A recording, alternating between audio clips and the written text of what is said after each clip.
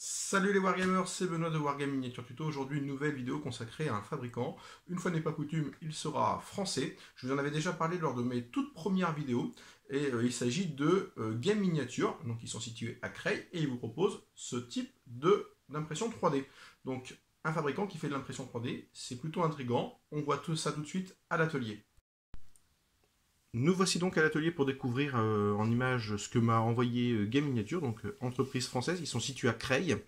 Donc ils font de l'impression 3D. Je leur ai posé la question, est-ce qu'ils conçoivent eux-mêmes leur modèle en partie, mais pas pour les tanks, puisqu'ils travaillent avec des licences. Mais ils prévoient de développer un petit peu une gamme propre. Les véhicules donc sont en 15 mm et vous sont envoyés donc de cette manière, c'est-à-dire déjà avec apprêté, avec des peintures de base qui vous permettront de réaliser vos véhicules. Donc ça c'est un très très gros plus, je pense, au niveau de ces figurines, c'est que on vous propose déjà des peintures de base qui vous permettront de gagner un temps considérable au niveau de votre peinture. Pour les peintres plus exigeants, ça vous donnera déjà une très bonne couleur de base. Donc là on voit on voit un français B1 bis, un panthère qui sont dans des teintes de base qui vous permettront de réaliser vos camouflages. Ici, un américain M10, donc dans un verre américain qui vous permettra de bien travailler dessus, et également un T3476 qui est également dans un autre verre et pour représenter les Russes. Donc ça c'est une très très bonne chose. Les véhicules donc sont parfaitement nettoyés. Je rappelle que c'est de l'impression 3D, donc c'est de la 3D résine, ce n'est pas du dépôt de filament.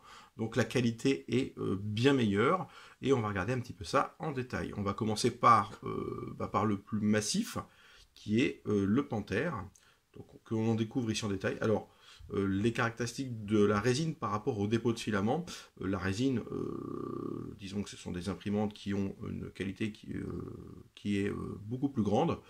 Le matériau, quant à lui, est un petit peu différent. Il est beaucoup plus cassant, donc les figurines sont tout de même fragiles, mais on peut constater, alors ici, vous voyez, au niveau du garde-boue, on peut constater quelques lignes de stries qui auront complètement disparu sur la peinture finale. Très très peu de défauts sur ce type d'impression 3D. Euh, donc ici on les a proposés, on les a préparés pardon, avec des petits trous à l'arrière donc pour vider les excédents de résine. C'est plutôt bien, là c'est plutôt léger. Et voilà un petit peu le type de finition que l'on vous propose. Sur ce premier temps, que je dirais que voilà, on voit parfaitement les différents matériels qui peuvent être associés au tank, des chenilles, de l'outillage, tout ça. Donc on va dire que la qualité des détails est là. Petit reproche peut-être au niveau des chenilles, ils auraient peut-être pu travailler un peu plus ça.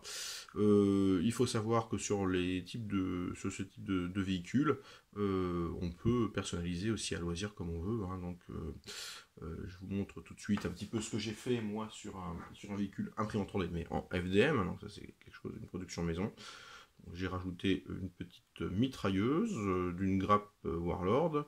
Je vous ai parlé de la patte Action Do and Dry qui permet de réaliser des petits filets de camouflage et une petite bâche. Voilà ce que cela peut donner une fois peint. Et là, bon, c'est une qualité qui est bien moindre puisqu'il s'agit d'un véhicule à dépôt de filament. J'en reviens à nos moutons avec un deuxième véhicule. Ici, on est sur un char français, toujours, hein, donc c'est ces petits trous derrière, petite tourelle amovible. Et on voit une qualité, encore une fois, qui est au rendez-vous, avec, on voit bien les rivets qui ressortent très bien. Aucune préparation à faire, donc ça c'est le gros avantage, on va dire, d'acheter ce type de choses. C'est que vous n'aurez quasiment rien à faire. Pour les peintres les moins exigeants, on va dire que même un petit coup de shade, un petit coup d'ancrage directement sur les parties mécaniques vous permettra d'avoir des véhicules qui sont prêts à jouer, tout à fait acceptables. Au niveau du prix, on est à peu près 5 € du tank. Alors vous allez me dire c'est peut-être un peu cher pour de l'impression 3D. Je vous répondrai non parce que il faut savoir que lorsqu'on imprime en 3D, il y a toute une série de réglages à faire sur son imprimante, donc ça prend pas mal de temps. Qu'il y a de la perte, hein, puisque les véhicules ne sortent pas comme ça de votre imprimante 3D, mais il y a un certain nombre de supports, donc il faut les nettoyer, et ici on vous la propose peinte.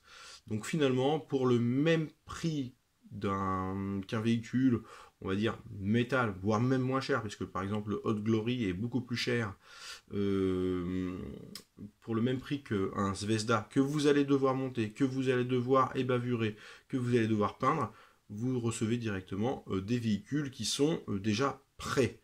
Donc ça, c'est déjà un gain de temps considérable et vous faites travailler une entreprise française. Ça, il ne faut pas l'oublier également. Ici, on est sur le T3476. Donc, voilà, c'est très très correct. Hein. Ça vous permettra d'avoir de très très beaux véhicules sur vos champs de bataille. Alors pour l'instant, ils n'ont pas un catalogue qui est très très étoffé, mais comme ils l'ont précisé, comme ils le précisent dans leur catalogue, ils se proposent de vous imprimer à la demande. Donc ils ont un large choix de véhicules dans leur catalogue.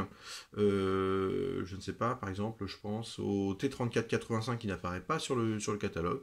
Vous leur écrivez un petit mail, vous leur demandez si c'est possible de vous l'imprimer. Éventuellement, ils vous envoient une petite photo ou un descriptif ou un petit screen du plan 3D afin que vous ayez une idée de ce que cela représente. Et je pense qu'ils vous le vendront à peu près au même prix. Donc ça, c'est une très très bonne chose. Second avantage de l'impression 3D, c'est que ils peuvent vous le sortir à différentes échelles. Donc tous les véhicules que vous voyez là seront également disponibles en 28 mm. Donc pour les joueurs de Bolt Action, c'est une excellente nouvelle puisqu'on va pouvoir étoffer un petit peu la gamme de véhicules. Alors je ne peux pas vous communiquer les prix puisque j'en ai aucune idée à ce niveau-là. Raisonnablement, je pense que pour une quinzaine d'euros, on peut tout à fait acquérir un de ces types de véhicules. Ici sur le M10, encore une fois, de très belles choses. Les trains de roulement sont plutôt bien représentés. Les grilles de ventilation. On va dire que le niveau de détail peut dépasser certaines figurines que j'ai vu passer en métal. Plutôt sympa. Très très sympa. Encore une fois, vous pourrez avoir des véhicules un petit peu différents.